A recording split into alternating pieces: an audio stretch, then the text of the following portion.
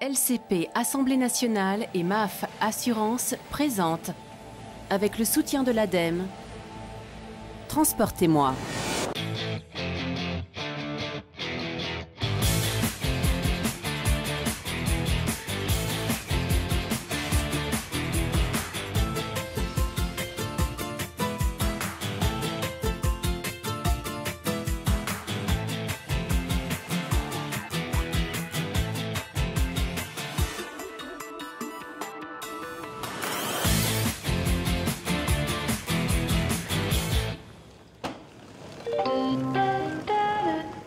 Le TGV numéro 9570 partira voie 3.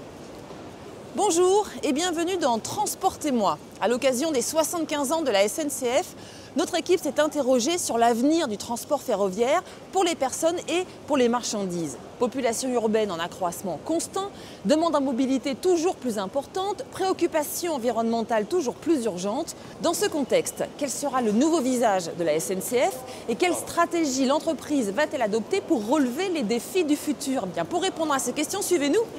Nous allons nous infiltrer dans les coulisses de la gare de Lyon à Paris. La SNCF vous souhaite un agréable voyage. Elle a 3/4 de siècle et ses trains de voyageurs ne désemplissent pas. Comment la SNCF nous transportera-t-elle dans 20 ans? Plus de TER ou plus de TGV? Et si l'avenir, c'était le Régiolis? Transportez-moi vous invite à bord de ce nouveau train en exclusivité. Le Lyon-Turin, un projet pharaonique entre la France et l'Italie. Plus long que le tunnel sous la Manche, ce tunnel ferroviaire doit permettre de remplacer les camions par des trains. La solution est séduisante, mais est-elle durable? Les avis sont partagés, les écologistes sont divisés et les députés ne sont pas d'accord. Invité de cette émission, Guillaume Pépi, le PDG de la SNCF, nous parlera de l'avenir de la société nationale. Il nous dira pourquoi le rail est une entreprise durable. Alors que la SNCF met en place un TGV low cost, le Ouigo, qui reliera Marne-la-Vallée à Marseille à partir de 10 €, Gérard Felzer, lui, nous fait découvrir le train du futur. Incroyable, il n'a pas de roues, pas de rails et il ne s'arrête jamais. Afin de faciliter le nettoyage et l'agencement du TGV actuellement en place, nous vous demandons de ne pas monter dans la rame. Nous sommes ici au COE, le centre opérationnel d'escale. C'est véritablement le centre névralgique de la gare de Lyon, la principale gare TGV de France. C'est d'ici que sont gérés chaque jour en moyenne 155 trains, des TGV majoritairement, mais pas seulement, 175 le vendredi jour de pointe. Comment tout cela fonctionne-t-il? Venez voir. Je t'envoie quelqu'un immédiatement. Nicolas, vous êtes chef d'escale. Avant de mettre les pieds ici au CE pour la première fois, je croyais que votre principale mission, c'était de faire en sorte que les trains partent à l'heure, ce qui est ma principale préoccupation en fait en tant qu'usagère. Mais vous, dans votre jargon, vous préférez dire remettre le train à l'heure. Oui.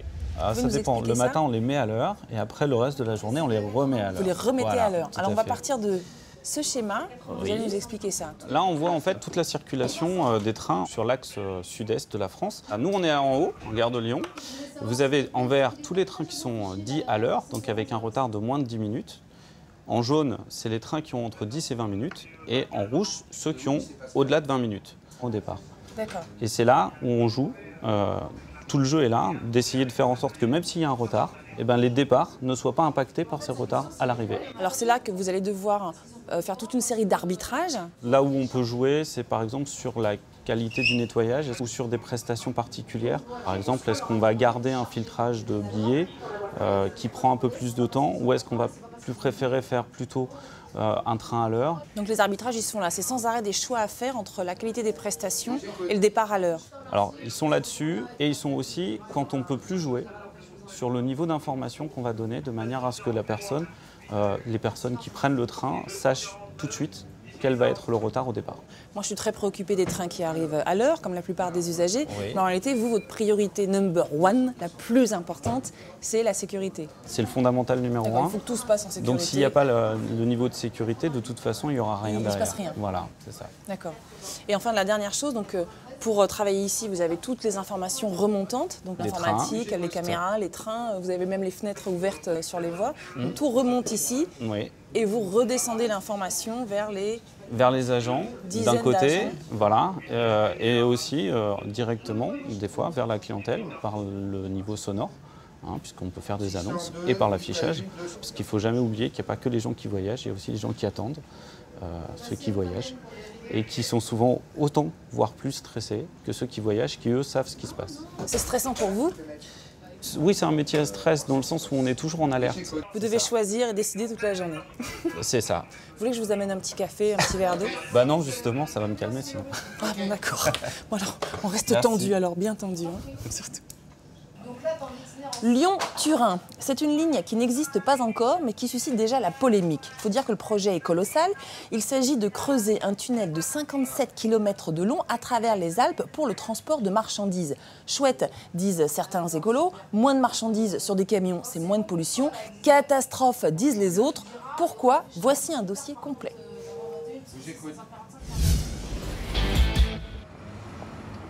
C'est un chantier titanesque qui s'annonce. Sous cette autoroute, dans les Alpes italiennes, les pelleteuses commencent à attaquer la montagne. Elles creusent ici une galerie de préparation en vue du futur tunnel dit du Lyon-Turin. Le projet est impressionnant. 57 km de tunnel ferroviaire entre la France et l'Italie. Une galerie passant parfois à 2000 mètres de profondeur sous les sommets. Objectif du futur tunnel, accélérer le trafic voyageur entre les deux pays, mais surtout diminuer le nombre de camions qui passent les Alpes par la route et les remplacer par des trains de marchandises. Pour le maire de Modane, ce projet est une véritable chance. Voilà un camion qui vient d'Italie et qui se dirige certainement vers les capitales, qui passe à proximité immédiate de la commune de Modane. Le tunnel, ce sera donc moins de nuisances et de pollution, et plus important encore pour la ville, la perspective de création d'emplois dans une région qui en a bien besoin. Nos jeunes s'en vont pour chercher du travail vers les grandes métropoles. Donc on espère, avec ce type de chantier, les conserver, qu'ils puissent rester pour travailler au pays. Des emplois, un transport de marchandises plus écologique, moins de nuisances, et pourtant, le Lyon-Turin ne fait pas que des heureux. C'est ce que Paolo nous montre sur le versant italien. Avec des amis opposés au projet, il se rend tout près du chantier. Rapidement, nous rencontrons des militaires. L'accès à la zone des travaux est étroitement surveillé. Tu les prends en photo? Ah bien sûr, hein. En réciprocité, ils nous contrôlent, ils nous filment, ils nous prennent des photos et nous aussi. Et si l'on n'en croit Paolo, les contrôles vont même plus loin. Il y a aussi des micros qui écoutent les discours des gens qui se promènent. Un peu plus loin, le chantier apparaît derrière un imposant grillage. Si les travaux sont aussi sécurisés, c'est que le Lyon-Turin est un sujet sensible dans cette région. Les NOTAV, les anti-TGV en italien, s'opposent au projet. Il y a même eu des affrontements violents entre police et certains éléments radicaux. Cela fait plus de 20 ans que les NOTAV rejettent le projet de tunnel. Ils se retrouvent régulièrement pour aborder le problème dans des petites cabanes comme celle-ci, des présidios. Bienvenue. Selon eux, le projet est faussement écologique. Les travaux empiéteront sur les terres agricoles, vont produire des déblais et nuire à la faune locale. Mais plus encore, pour ses opposants, ce projet est coûteux et inutile. Il n'y a aucune raison de gaspiller des milliards d'euros quand on peut en dépenser quelques centaines de millions pour améliorer la ligne existante. Voilà pourquoi les opposants ne décolèrent pas. Il y a déjà une ligne ferroviaire entre la France et l'Italie. Les camions embarquent sur des wagons spéciaux, direction le tunnel du Mont-Cenis qui franchit la frontière. Selon les NOTAV, cette ligne qui fonctionne très bien est parfaitement suffisante et ne nécessite que quelques investissements pour l'optimiser. Faux, répondent les défenseurs du Lyon-Turin, pour qui le tunnel du Mont-Cenis, datant du 19e siècle, est archaïque. Il y a des pentes importantes qui font que les trains de marchandises doivent être découplés, doivent être tractionnés par 3 locomotives, 2 qui poussent et 1 qui tire. et que, naturellement, les conditions de compétitivité des trains de marchandises et du fret sont détériorées. Moins nombreux que leurs homologues italiens, les opposants français défendent eux aussi bec et ongle le tunnel existant. Or, on constate qu'en Suisse, c'est un des tunnels qui a à peu près les mêmes caractéristiques, a eu une augmentation de trafic importante. En France, la ligne existante a transporté beaucoup de camions par le passé, et son trafic a baissé pour des raisons de mauvaise organisation, ça on peut le dire très clairement. À l'origine, le Lyon-Turin a été pensé pour répondre à un accroissement du trafic marchandises à travers les Alpes. Mais depuis une dizaine d'années, les échanges entre la France et l'Italie stagnent, voire diminuent. Alors, pourquoi creuser un nouveau tunnel si les échanges n'augmentent pas, disent les uns? Un tunnel moderne et performant permettrait justement d'attirer le trafic marchandises, répondent les autres. Pour y voir plus clair, nous avons posé la question à un spécialiste des transports. Pour lui, un tunnel flambant neuf peut améliorer la situation, mais non la révolutionner. À très long terme, l'économie italienne n'est pas en très grande forme.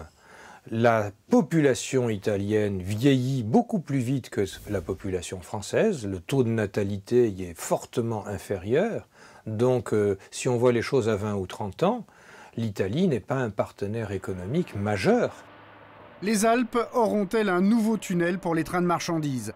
De part et d'autre de ces montagnes, les gouvernements français et italiens semblent très décidés. Et ce, malgré un rapport défavorable de la Cour des comptes, qui regrette notamment que l'amélioration de la ligne existante ait été rapidement écartée. De plus, ce rapport dénonce la dérive des coûts prévisionnels. L'ensemble des travaux tunnels plus les voies d'accès pourrait coûter 26 milliards d'euros au lieu des 12 milliards prévus en 2002. Et pour l'instant, une question reste sans réponse. Qui va payer la différence ? Retour au COE, le centre opérationnel d'escale de la gare de Lyon. Alors c'est d'ici que partent toutes les annonces que vous entendez, aussi bien en gare que sur les quais. Les annonces enregistrées automatiques vous signalant les départs et les arrivées de train, mais aussi les annonces ponctuelles, les compléments d'information réalisés en direct, et bien par exemple par Justine. Justine, vous êtes l'une des voix de la SNCF. Tout à fait. L'une des voix qui nous font rêver ou qui nous font râler, ça dépend des jours. C'est à peu près ça. J'ai la permission de réaliser ma propre annonce ? Oui, tout à fait. J'ai toujours rêvé de faire ça. Lyon-Turin. Lyon-Turin, qu'en pensent nos députés? C'est l'heure du pour ou contre. C'est l'heure du pour ou contre. Si vous voulez, dans les années 80, puisque ça date de ces années-là, on justifiait le projet de Lyon-Turin en disant que les marchandises entre la France et l'Italie allaient doubler, tripler de volume. La réalité montre que ça n'a pas triplé de volume, au contraire, ça a stagné, disons. Donc, je pense qu'il faut quand même s'interroger pour savoir pourquoi ça a stagné et si, du coup, l'ouvrage est toujours justifié. Il y a la perspective de faire passer beaucoup de marchandises. Parfois, on résume le Lyon-Turin au passage des marchandises actuellement qui passent sous le tunnel du Fréjus. C'est bien évidemment une erreur, c'est le Fréjus et le Mont-Blanc, mais c'est l'ensemble des passages, c'est-à-dire aussi Vintimille, du Léman jusqu'à la Méditerranée. Et donc là, l'objectif, c'est à terme de pouvoir faire passer 40 millions de tonnes de marchandises. Et c'est bien là l'objectif du Lyon-Turin. Donc il ne faut pas le réduire aux passages actuels que nous connaissons, et qui évidemment ne justifierait pas en soi une infrastructure aussi importante, mais l'ensemble des passages, ce qui veut dire aussi que cette perspective de réalisation du Lyon-Turin doit s'accompagner d'une politique volontariste, comme l'ont fait nos amis suisses, de report du trafic de marchandises de la route vers le rail, avec par exemple une taxation sur les poids lourds qui doit être beaucoup plus importante que celle que nous avons aujourd'hui.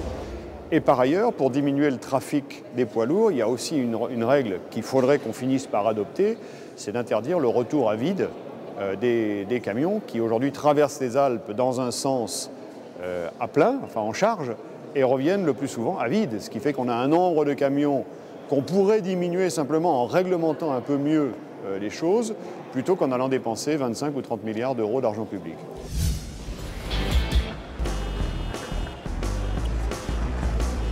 J'ai toujours rêvé de faire ça, moi. Ah oui ? S'il vous plaît, non, s'il vous plaît, attention. Attention. Merci, attention. Toujours un petit peu le feu, hein, cette opération. On Bon, pas question de traîner. En moyenne, Youssef et ses collègues ont rarement plus de 15 minutes pour à la fois désavitailler, c'est-à-dire vider le train de tous les détritus, et puis l'avitailler, c'est-à-dire le recharger en boisson, en nourriture, en magazine. C'est parti.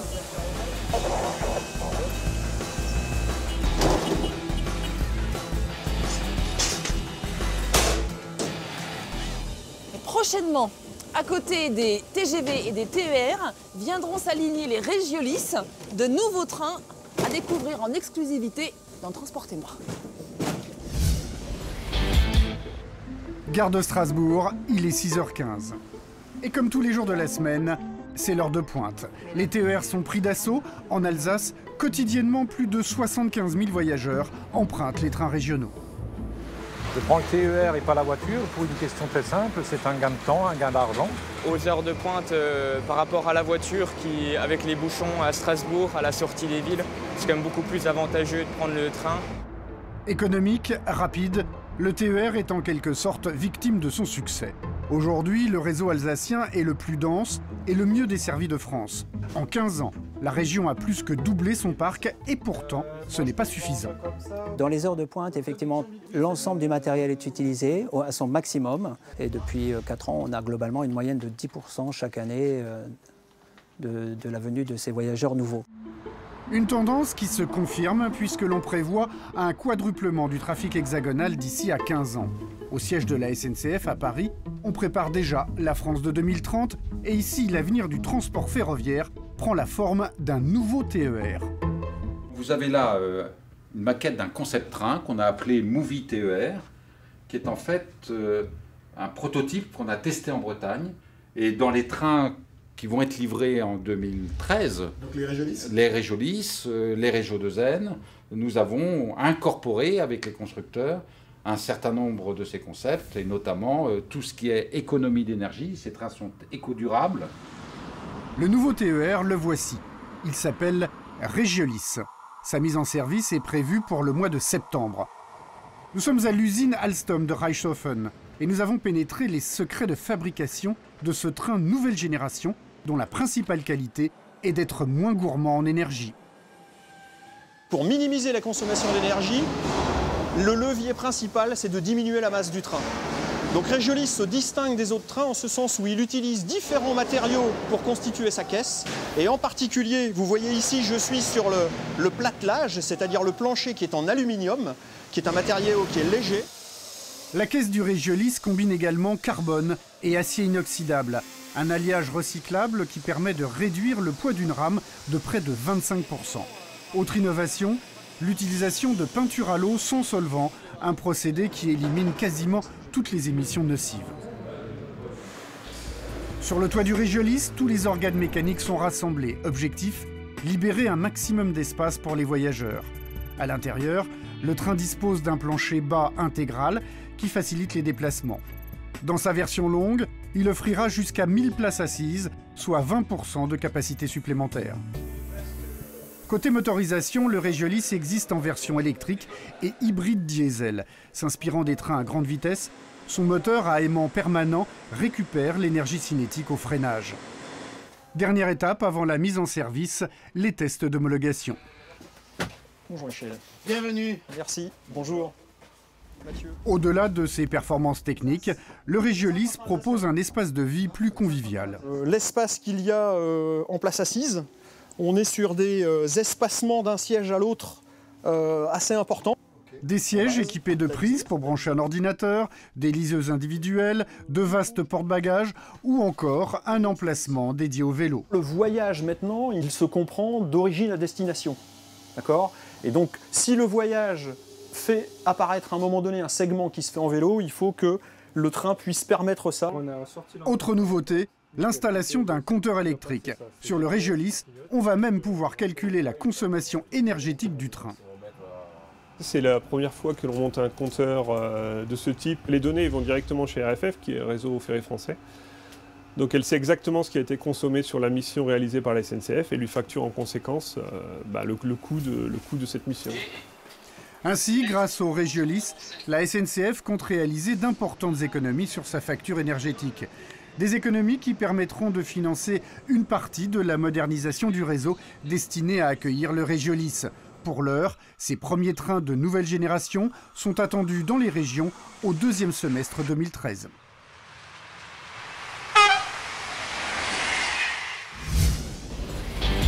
Bon, Guillaume Pépi, vous êtes le président directeur général du groupe SNCF. Merci beaucoup de recevoir l'équipe de Transportez-moi.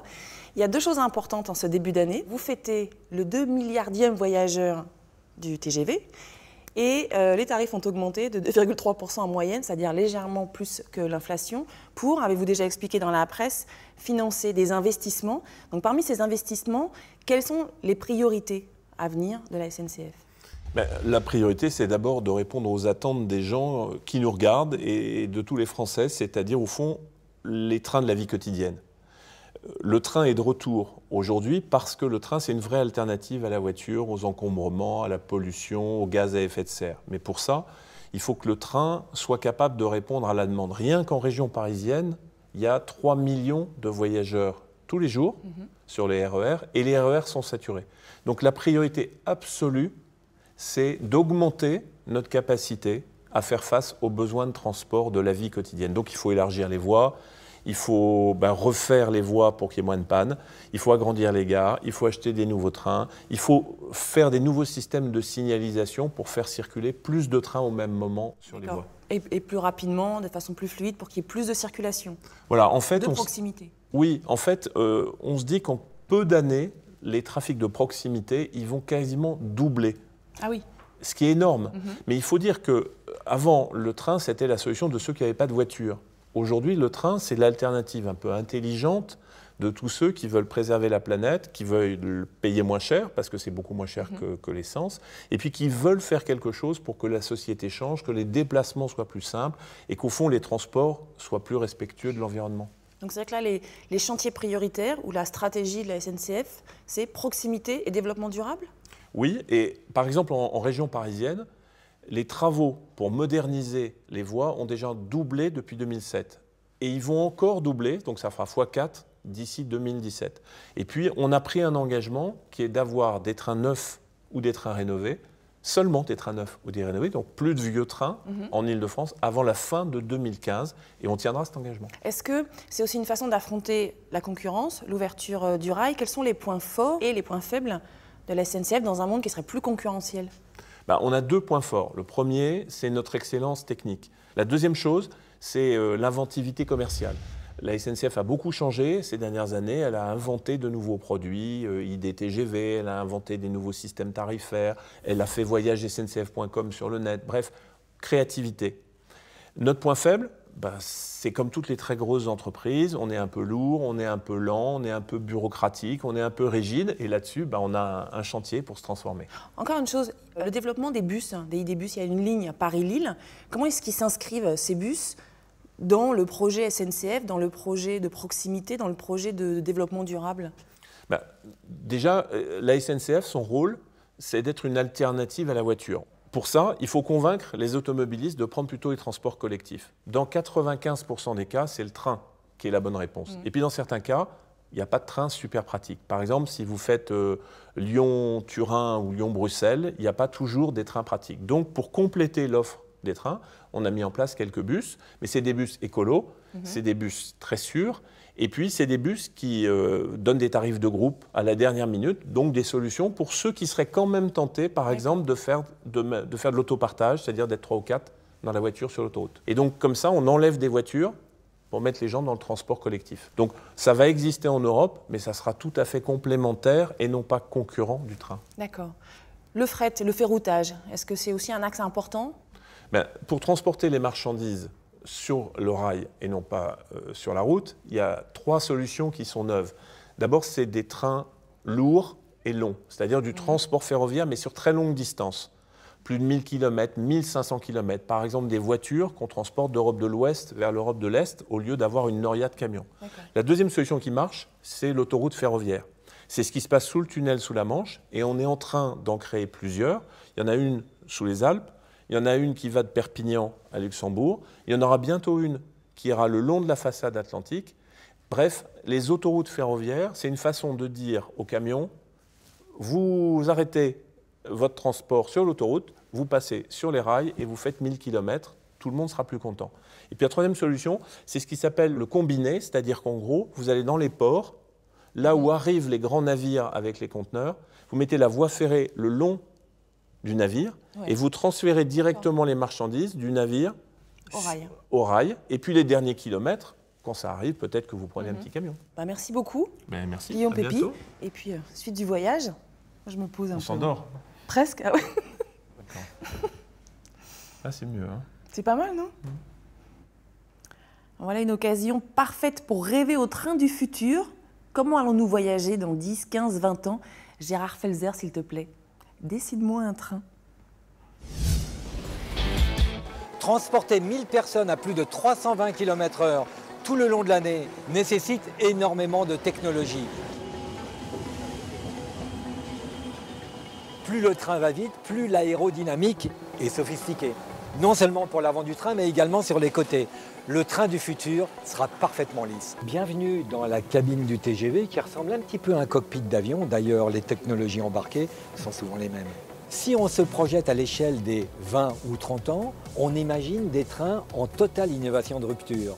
Par exemple, sans roues, sans rails, avec une suspension magnétique et une propulsion électromagnétique, comme le maglev au Japon qui roule lui depuis 2005, qui a franchi plus de 580 km/h.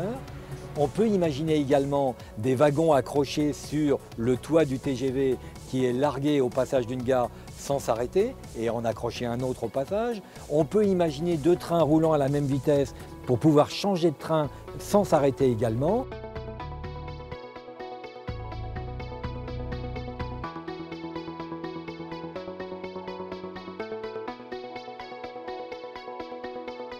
Toutes ces innovations ont un coût considérable et la France probablement n'y arrivera pas toute seule. Il faudra peut-être faire un Airbus ferroviaire pour se positionner sur le marché mondial. Ce numéro de Transportez-moi consacré à la SNCF est maintenant terminé. Merci de votre fidélité. Le mois prochain, on se retrouve à Lyon. Nous verrons comment la 3e ville de France a trouvé des solutions innovantes pour répondre au casse-tête de la circulation urbaine. À bientôt. Quel sera le nouveau visage de la SNCF et quelle stratégie? Oh, putain.